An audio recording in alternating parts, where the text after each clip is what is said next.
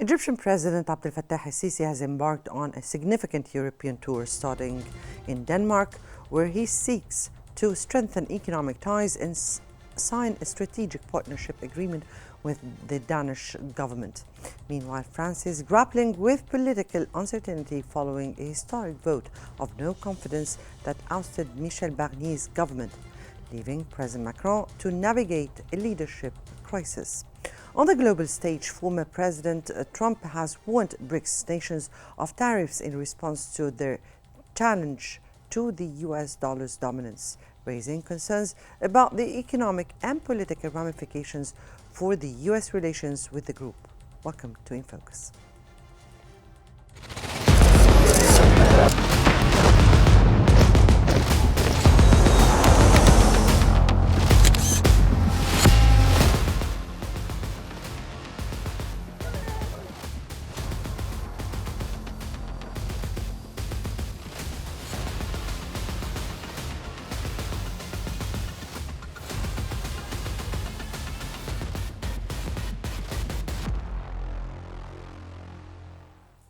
President Abdel Fattah el-Sisi has begun a three-nation European tour, starting in Denmark. The visit aims to strengthen Egypt's ties with European nations, focusing on economic cooperation and strategic partnership.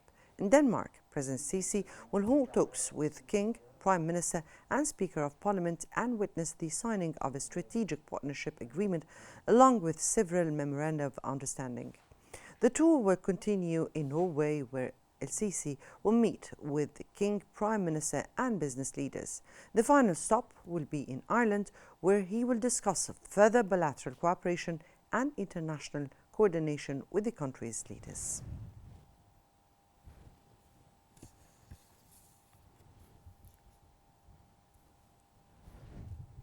And providing us with more analysis about the importance of the Egyptian president to Europe, joining us from Cairo, Dr. Ahmed Eddin Hussein, editor-in-chief of Al Shuruq newspaper. Good evening to you, sir. And how do you assess the significance of President Sisi's European tour, especially his visit to Denmark, in strengthening Egypt's international relations?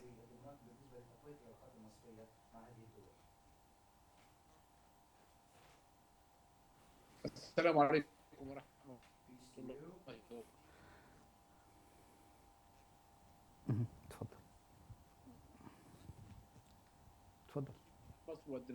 Egypt and Denmark might not have very strong relations on the economic level because the amount of the trade between the two countries is not that huge, but there are many projects that are yet to come in the future, and I believe that this will strengthen the relations, especially on the economic levels. There is a great deal of cooperation regarding the giant Maersk company, which will play a great role in developing the Egyptian ports and the Egyptian navigation.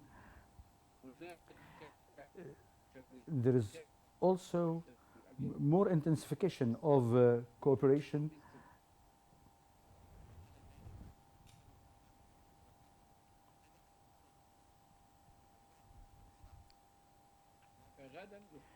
So tomorrow, President Sisi will continue and he will be signing the strategic partnership agreement between Egypt and Denmark. That would be a landmark, and this will lead to more support, especially to green economy, and there are many projects that are going to take place between Egypt and Denmark in this, on this level.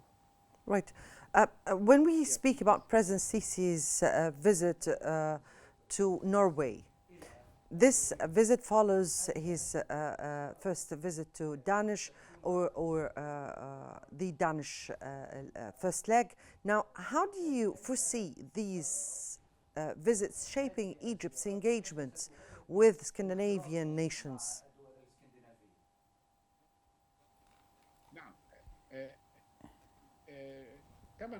As we all know, maybe the huge distance between Egypt and Scandinavia was a bit the reason for not having very dense and close relations.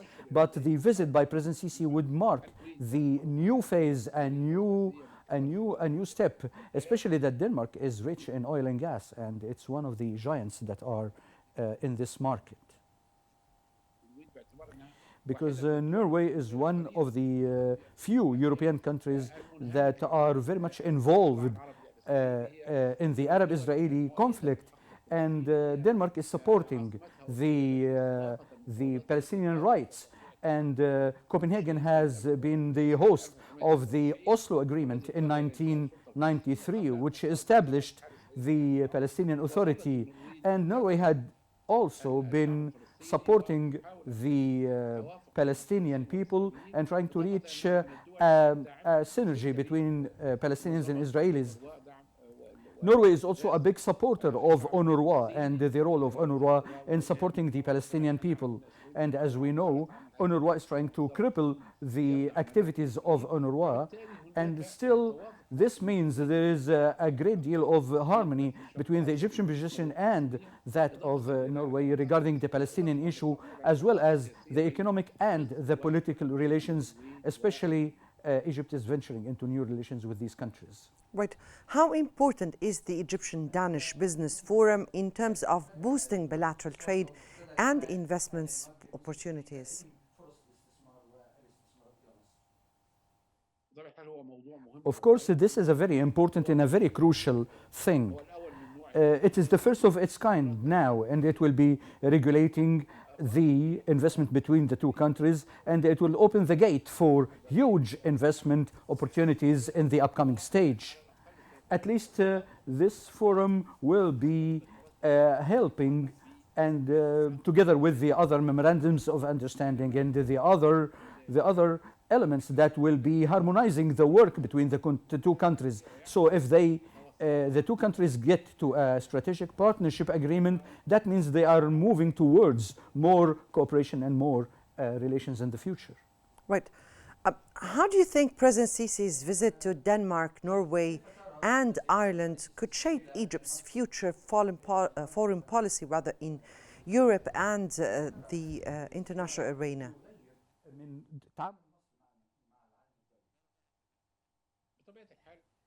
For sure, we know that Egypt is having very strong relations with Central Europe and West Europe, Germany, France, Britain, and all. But still, Egypt did not have much strong political relations with the Scandinavian countries. But this visit by President Sisi is starting a new chapter and a new stage regarding Egypt's openness to these countries and enhancing not only the economic relations and the bilateral relations, but also to mobilize for more political coordination between these countries and Egypt regarding the current situation in the Middle East. If we speak on the economic wise, what are the key economic sectors expected to benefit the most from the agreements that will be signed during President Sisi's European tour? I believe that the energy projects will be very much benefiting from this, especially the green energy projects. This would be very axial, and it would be a mutual benefit between the two sides. And of course, the ammonia industry, as well as developing the ports regarding the containers and enlarging the processing of containers in the Egyptian ports. And thirdly would be the infrastructure element and the localization of technology and the communication sector. And regarding containers, Maersk is very crucial in this. President Sisi met with the CEO of Maersk. It is a leading company in the container business and the maritime transport. So these are very important sectors between the two countries, between Egypt, Denmark, and Norway in the future. Now, given the growing importance of Egypt's foreign relations and its role regionally and internationally, what do you think would be the role of those European visits, and how will that enact its broader international strategy and policy?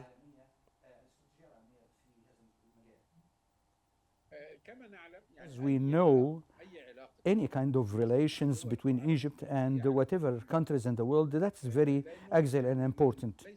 And it's not only when we speak about the political relations and diplomatic relations, but also regarding the cooperation on the international arena and the international organizations and things of that sort.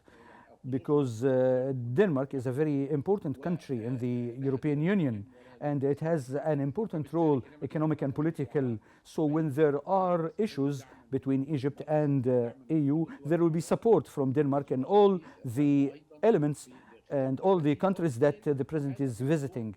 So it's really important to have good and strong relations with these kind of countries in Europe. It will be helping on the economic level, on the political level, and it will be conveying the Egyptian and Arab viewpoint to these countries and benefiting from these countries' connections and relations with the other blocs. Denmark is also very important in the Scandinavian arena and in North Europe in general. And it is utilizing its political role and utilizing its economic role as well. All right, that was Dr. Ahmed Eddin Hussein, editor-in-chief of Al Shuruq newspaper from Cairo. Thank you so much for your insights. And following the historic vote of no confidence that toppled Michel Barnier's government, France is facing political uncertainty.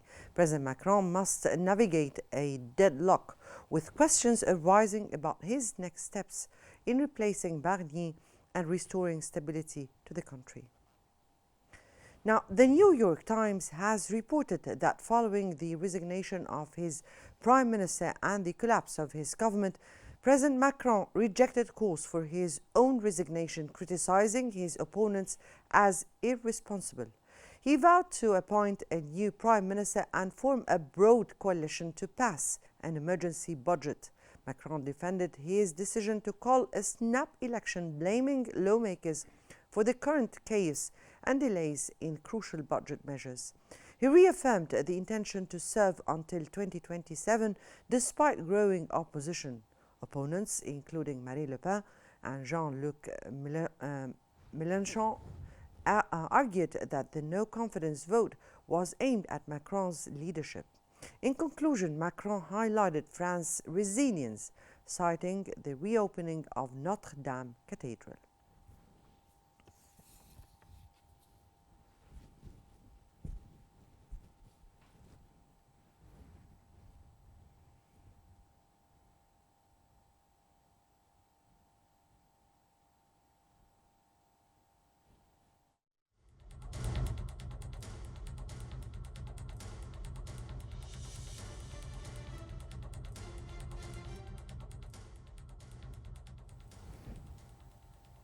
And for more updates about the recent political situation in France, we're joined from Paris by Abdul Ghani Al-Ayadi, former advisor to the European Parliament. Good evening to you, sir. Thank you. Thank you so much. And what does Macron's refusal to resign signify for the future of the French politics? Well, thank you for inviting me to discuss with you this topic that interests the Arabic world, and because France is a great country and it has its role, geostrategic role, things are confused. There's a sort of crisis. It is not a major crisis, but it is a crisis, a political crisis indeed. And what is complicated is that the reason of this crisis will remain till the answer is not found, the answer for the most important question, why the far right exists and exists at this level and is complicating things for France, why there's no political project to answer populations' questions and populations' needs for a great economy, a solid economy, and to improve their social level. This question, or these questions, and the major question is why the far right exists, and it exists at this level. The absence of the answer for this question will complicate things.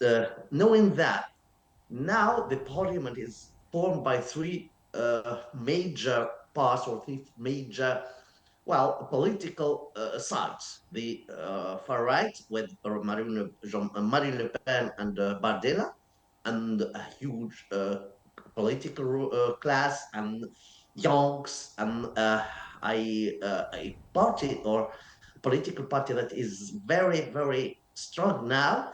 And the other side is left composed with a lot of movements, small movements like Why, why, Greens. why do you think this kind of opposition or the far right, as you spoke, arise at this very particular time from your point of view? What is the reason behind that, do you think, and what led to such a situation? Well, the question may be seen simple to have the answers are simply is very how can I say it? It's impossible to say that there is only one reason or two or three reasons. But what we know is that the French people or French people need some answers to recent questions, civilizational questions, political questions, and to see France answering to the evolution, to the modern evolution, because society is developing its own civilization, its own mechanism of thought, etc. But the state is absent, is has never made an update of its way to see things. People are looking for a concrete strategy, economic strategy, a political answer to what is happening, the demographic uh, changes that France is knowing now, because France of 2024 is not the France of 1970 or 1960. Something is happening, something new is happening, and it happened since 2002 when Jean-Marie Le Pen arrived to the second part of the election, the presidential election. I remind you, with Chirac, and it was thought that it was only an event or an occasional event, but it was indeed a sort of call of SOS call that was not answered, really answered. Whatever said the politicians when they say "Je vous ai compris," we understand or I We understand, understood you. yes. This is not enough. This is not enough. Now, from your point of view and from this perspective, how can President Macron effectively replace Prime Minister Barnier amid such growing opposition? It is very complicated for him. The situation is very complicated. It's not impossible, but it's complicated because whatever he does, he can find a personality, a social personality from the civil society or from the left side or the right, the modern side.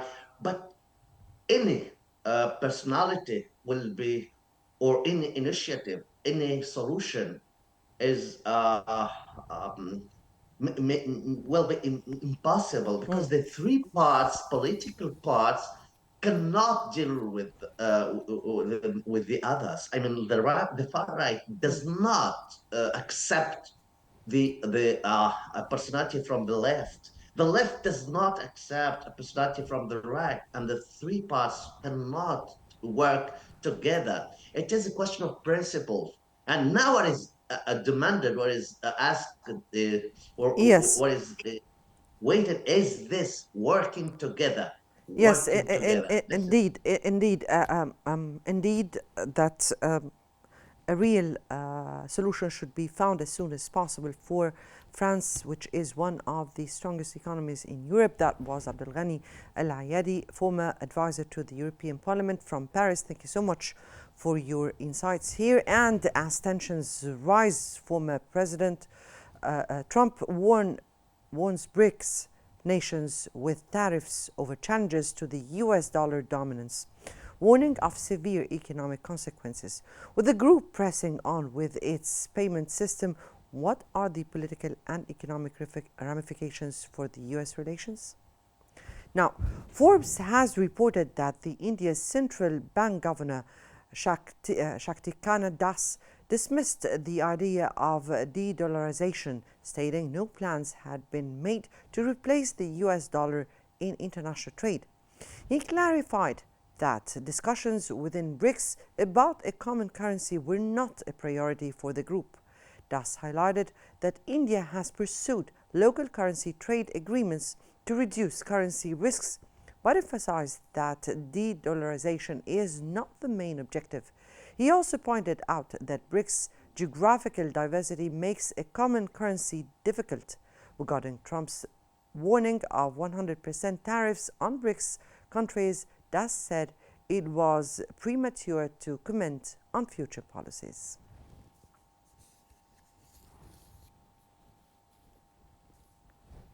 Now, to provide us with more analysis about Trump and his relations towards BRICS, joining us from California, Dr. Ashraf Singer, an international policy expert. Good evening to you, sir. Good evening. Now, from your point of view, how do Trump's tariff warning impact BRICS nations' economic strategies? It's a very crucial, and I'm not sure how Trump can really apply it after he is running, the U.S. presidency in January 20th. One of the major transition that Trump needs to apply this, based on statistics number, and I need really to start with. Once that comparison of the 70 of global reserves now is moving to 59. So this means that there is a declining of using dollar as a reserve for countries in terms of goods and service.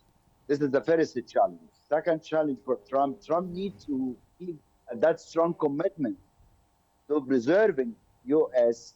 dollar to be the world reserve currency.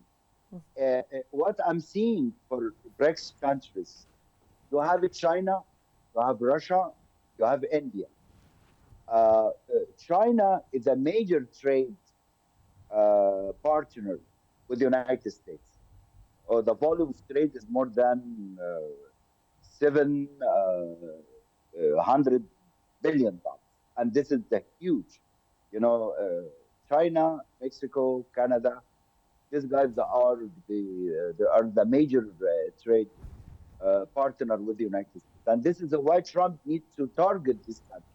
It seems to me like if Trump decides to increase the tariff on goods, service, this is probably going to increase the inflation in the United States, and this is really a very crucial if the BRICS decide to move forward to adopt like one currency. Some doubts that probably India and China, they had like a rival, our rivalry or hostilities over their borders. Or a long time ago, India and China, they exchange fire over their border. So having a one currency representing, India, China, Russia, probably we can see some challenges. But if these guys, if they move forward to adopt BRICS currency, I'm sure this will be big transition for the monetary or global monetary system. Right. If I may take from that last point, what do you think could be the consequences of Trump's stance with the U.S. BRICS relations, and how might Trump's tariff warning affect the global financial order? This is very important because Trump insists, as he declared many times, as he announced before Trump entering in the office. One of the major issues that or major policies that Trump gonna to apply Trump already threats all these countries about the potential high level of tariff on their goods and service, and this is gonna to, of course, challenge what I say the status quo here in the United States, because still this guy getting that goods and service from China, from India, with a low price. Mhm. I'm seeing that is here in terms of using all the political means and economic means to impose that on BRICS nation, and even create that tension between China uh, and United States, and this is can really open a kind of a good, a huge doubt if United States can really control it is inflation. I'm sure United States gonna to face in that transition is a huge inflation that people here in the United States gonna to be under a huge burden of that things. But I'm sure based on all the experts about that level of tariffs, if Trump gonna to apply it and impose that tariff, this is for sure will be like a huge challenge for international economic system. Right, that was Dr. Ashraf Singer, an international policy expert from California. We thank you so much, Seth, for your insightful analysis. And I guess that wraps up our episode today. For In Focus, many thanks for watching and stay tuned for more updates on Qnews.